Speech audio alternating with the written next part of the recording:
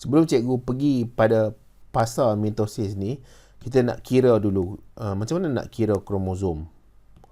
Okay? Kromosom tadi kita dah tengok dia ada dalam keadaan kromosom homolog.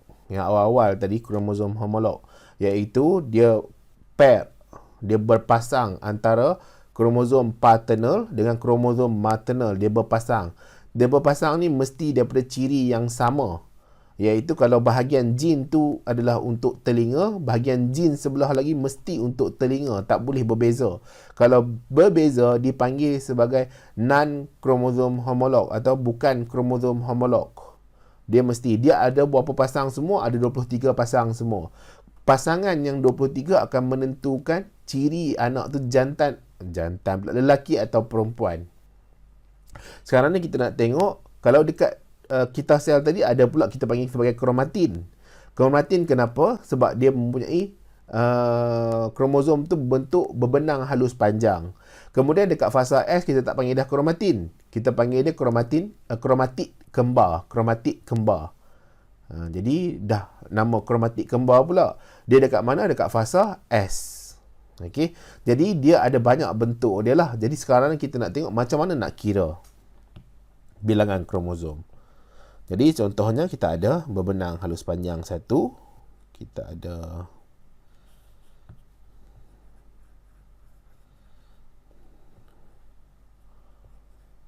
benang halus panjang, kromatik kembar. Okey, macam mana nak kira ni? Dia pengiraan dia, yang ni 1, yang ni 2 kromosom, yang ni 3 kromosom, 4, 5, 6. Ada 6 kromosom semua. Yang ni kamu jangan kira pula. Pergi kira ni 1, 2, yang ni 3. Jadi, yang ni 3, 4, 5, 6, 7, 8. Salah ya? Dia bukan macam tu. Bila kita nak kira bilangan kromosom, dia mesti kalau kromatik kembar ni dikira sebagai 1 kromosom. Yang ni 1 lagi kromosom. Yang ni 1, 1, 1, 1. Bukan sini ada 2. Tak. Ya, kita kira sebagai 1 sahaja. Nanti kalau dia berpisah. Sebagai contoh, yang ni dia berpisah. Tak boleh pisahkan dia kan. Boleh sebenarnya, ada teknik dia. Okey. Dia berpisah. Bila berpisah kan, ditarik, yang ni baru kira 1 kat sini, 1 kat sini. Bila dia berpisah. Kalau dia tak berpisah, kita kira dia sebagai 1 kromosom. Okey, sekarang ni kita masuk kepada mitosis. Pembahagian nukleus sel induk menjadi 2 nukleus yang sama. Jadi kita ada sel induk, dia akan jadi 2 nukleus yang sama. Dia membahagi. Dia membahagi. Dia melibatkan proses profasa, metafasa, anafasa, telofasa. Ingat ya, sebelum dia nak masuk fasa mitosis ni, dia kena melalui interfasa dulu, yang melibatkan G1, S, G2. Sekali lagi ya. G1, S, G2. G1, S, G2. Barulah dia akan boleh masuk fasa mitosis. Jadi melibatkan profasa, metafasa, anafasa, telofasa. Okey, yang pertama, profasa. Jadi kalau kamu tengok kat dalam ni, sebenarnya dia ada nuclear membrane lagi. Kamu tengok kat dalam tu. Kemudian, berapa bilangan kromosom yang ada tu? Kita boleh panggil dia kromosom, tapi bentuk dia ni, bentuk apa? Bentuk kromatik kembar. Okey.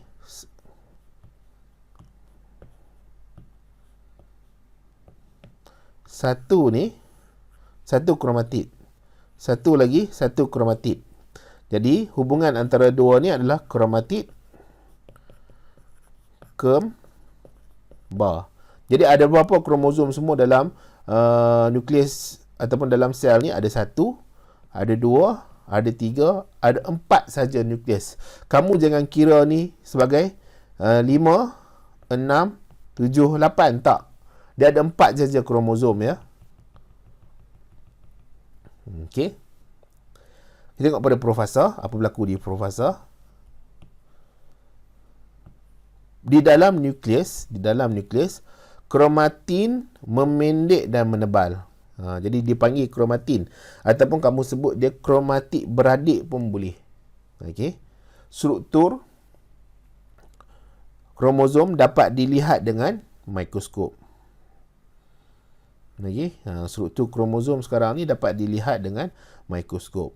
Cikgu tak naklah mengkritik buku teks ni. Jadi kamu ikut je buku teks ni, tak ada masalah. Tapi kamu jangan pening kepala. Sekejap kromatin lah, sekejap kromatik lah, sekejap kromosom lah. Tak payahlah pening kepala benda yang tak sepatutnya. Relax sudahlah kita belajar ni kan. Okay? Nanti kamu belajar lagi waktu matrikulasi, waktu diploma, waktu degree. Lagilah mendalam benda tu. Jadi jangan terlalu risau lah. Okey, struktur kromosom dapat dilihat dengan mikroskop. Jadi kita ada di dalam nukleus, kromatin memendek dan menebal. Struktur kromosom dapat dilihat dengan mikroskop. Kromosom waktu ni dikenali sebagai kromatid kembar. Di dalam keadaan kromatid kembar, cikgu dah terang tadi, terikat pada sentroma.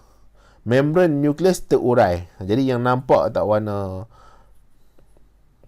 coklat tadi tu dalam tu, jadi yang itu adalah membran nukleus. Dia terurai, maksudnya dia menghilang, dia termusnah.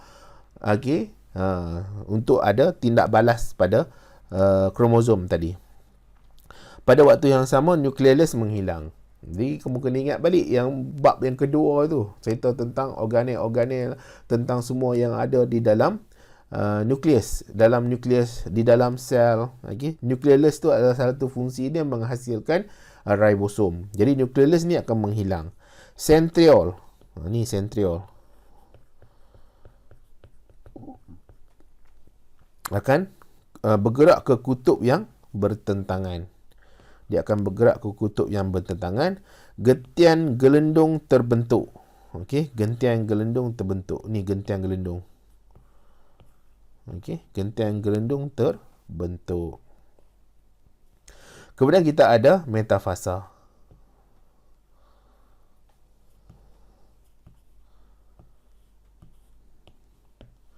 Metafasa, centriole berada di kutub yang bertentangan. Jadi centriole ni dia berada pada kutub yang bertentangan. Kemudian kromosom tersusun di satah khatulistiwa. Dia susun 4 kromatik beradik itu, kromatik kembar, akan tersusun di satah khatulistiwa. Sentroma mula membahagi. Sentroma yang tengah-tengah ni, dia mula membahagi. Dia seolah-olah macam nak terpisah sebab ditarik oleh gentian gelendung. Dia tak berlaku sepenuhnya lagi lah. Dia baru macam mula-mula nak terpisah pada metafasa. Sebab tu dalam metafasa ni, yang penting sekali kamu kena ingat, dia bersusun di satah khatulistiwa. Itu poin paling penting sekali metafasa. Kemudian kita ada anafasa. Sekarang ni dia dah terpisah dah. Dia dah terpisah. Sebab dia dah tarik pada sentroma tadi. Sentroma tu dah ditarik oleh gentian gelendung. Gentian gelendung ni macam tali yang tarik dia ke tempat yang bertentangan. Kalau kamu tengok sini, ini ada berapa bilangan kromatik beradik? Saya selalu guna kromatik beradik. Dia kromatik kembar. Sebab dulu pun ada buku bahasa Melayu disebut sebagai kromatik beradik. Jadi terikut-ikut. Tapi dalam buku teks kamu dia guna kromatik kembar, guna kromatik kembar. Jangan guna yang selain daripada tu lah. Dia ada 1, 2, 3, 4 kromatik kembar ataupun kromosom. Boleh sebut kromosom. Okey, boleh ya. Kemudian untuk yang dekat sini, tadi ada 4. Sekarang ni dia dah terpisah. Jadi ada berapa? 1, 2, 3, 4, 5, 6, 7, 8. Cikgu nak tanya, nombor 1 dan nombor 2 ni sama tak jenis kromosom dia? Nombor 1 dengan nombor 2. Sama lah, dia tak ada beza. Sebab apa? Sebab waktu dekat fasa S, iaitu interfasa, dia berlaku replikasi dan duplikasi, dia salin diri dia, hasilkan satu lagi bahagian. Dia menggandakan diri dia. Jadi nombor 1 dan nombor 2 ni, kromosom dia tak ada beza langsung. Jadi maksudnya yang bahagian ni semua, ni bahagian cikgu bulat ni, dia tak ada beza dengan yang sebelah ni. Sebab apa? Yang nombor 1 dengan nombor 2 sama. Nombor 3 dengan nombor 4 sama. Nombor 5 dengan nombor 6 sama. Nombor 7 dengan nombor 8 sama. Tak ada beza langsung. Sekarang ni dia dah terpisah sebab ditarik oleh gentian gelendung untuk pergi ke kutub yang bertentangan.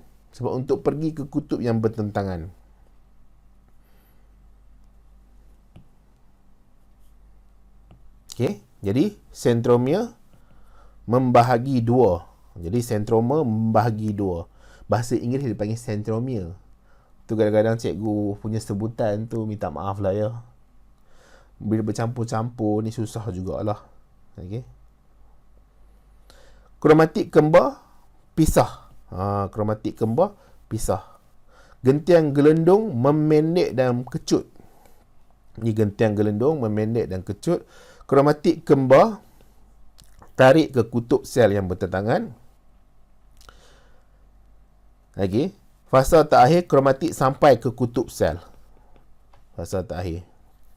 Kemudian kita pergi kepada telofasa. Apa berlaku di telofasa? Sekarang ni kamu nampak dia seolah-olah macam ada pencerutan di tengah-tengah ni. Dia mencerut. Kalau untuk sel haiwan, dia berlaku pencerutan. Kalau untuk sel tumbuhan, dia akan berlaku pembentukan plat sel. Jadi sampai ke kutub yang bertentangan. Kromatik dikenali kromosom anak.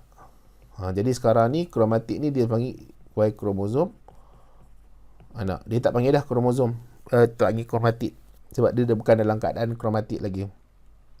Jadi kromosom mulai berbentuk berbenang halus kromatin. Lagi. Dia adalah proses yang berlaku di situ. Tapi tak payahlah. Benda tu bukan dalam silibus kamu. Kromosom tukar jadi kromatin lah. Dia berbenang halus panjang. Nukleus mula terbentuk. Gentian gelendung mulai hilang. Membran nukleus baru terbentuk. Jadi membran nukleus, ini warna merah ni, dia mulai terbentuk lah. Okay. Telofasa diikuti dengan sitokinesis. Jadi semasa hujung-hujung telofasa tu sebenarnya dah start sitokinesis, tapi dia akan habiskan sitokinesis untuk pisahkan dua sel ini.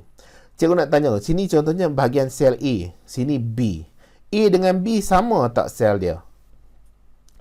Sama ke tak? Atau tak sama? Atau sama? Dia sama, tak ada beza langsung A dengan B. Kemudian A dengan, yang ni contohnya, yang ni adalah A kosong. Besarkan sikit. Yang ni A kosong. Yang ni A 1. Yang ni B 1. A kosong adalah sama dengan A 1. Adalah sama dengan B kosong. Tak ada beza langsung. Sebab itulah mitosis, dia akan hasilkan sel yang sama. Bilangan kromosom pun sama. Ciri pada kromosom tu pun sama. Tak ada beza. Okey. Sebab tu, dalam tajuk dia, dalam penyataan tentang mitosis, pembahagian nukleus induk hasilkan sel induk yang sama. Pada permulaan, nukleus yang membahagi. Nukleus yang membahagi. Di hujung tu barulah sitoplasma. Pada permulaan, dia berlaku karyokinesis. Kemudian baru dia berlaku sitokinesis. Okay. Kemudian kita tengok sikit kepada kepentingan mitosis. Jadi, kepentingan mitosis, cicak, kadang cicak ni dia punya defense mechanism. Pertahanan diri dia tu adalah melalui ekor dia.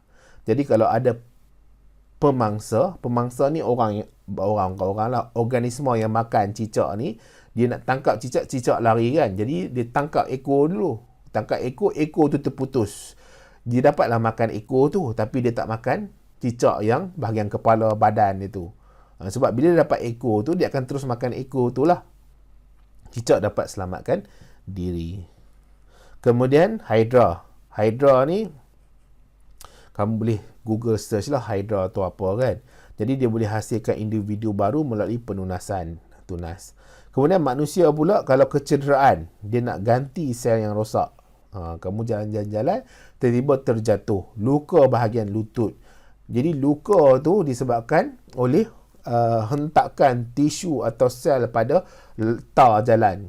Menyebabkan sel tu rosak. Bila sel rosak, antara sel yang rosak tu, apabila berlaku pendarahan tu, maksudnya sel pada dinding arteri ataupun kapilari darah ataupun vena. Okay? Apabila dia luka tu, dia akan menyebabkan pendarahan lah. Kemudian sel juga, dia ada terlibat dengan perkembangan embrio. Cikgu cakap tadi yang awal-awal tu kan, zygote, embrio, fetus tu semua. Kemudian ada juga yang dipanggil sebagai terapi sel stem, untuk rawat rawan yang rosak. Contohlah. Kemudian kita ada kepentingan mitosis untuk tumbuhan. Jadi, dia boleh buat hasilkan anak-anak pokok yang baru melalui teknik tisu kultur. Teknik kultur tisu. Jadi maksudnya tumbuhan yang dihasilkan tu akan sama dengan yang induk asal dia. Jadi kalau induk asal dia tu menghasilkan buah yang manis, pokok dia kualiti tinggi, tahan serangga. Jadi anak-anak dia akan mempunyai ciri-ciri yang sama. Jadi untuk mitosis ni, dia mesti dalam keadaan yang terkawal. Okey, dia mesti keadaan yang terkawal. Jadi sel tu membahagi pada masa yang berbeza. Jadi sel tu dia terkawal, dia akan membahagi pada masa yang berbeza ikut arahan. Jadi dia ada arahan-arahan dalam badan ni, sama ada dia nak membahagi atau tak. Selalunya pada G1 tu dia dah bagi tahu siap-siap dekat sel tu, sel ni membahagi atau tak pada dekat G1. Kalau dia kata tak membahagi, tak dapat arahan apa-apa, dia akan kekal pada G1. Dia tak akan masuk kepada S ataupun kepada G2. Jadi ada jenis-jenis organ tertentu akan berhenti membahagi apabila saiz maksimum. Jadi dia akan berhenti membahagi apabila saiz maksimum. Dia mesti dalam keadaan terkawal lah. Kalau luar kawal, apa jadi? Yang ini akan menyebabkan tumor. Tumor ni ada yang bahaya, ada yang tidak bahaya. Yang tidak bahaya ni contohnya tumor benigna. Tumor benigna. Dia tidak berbahaya lah. Boleh dibuang melalui pembedahan. Okay, tak bahaya sangat.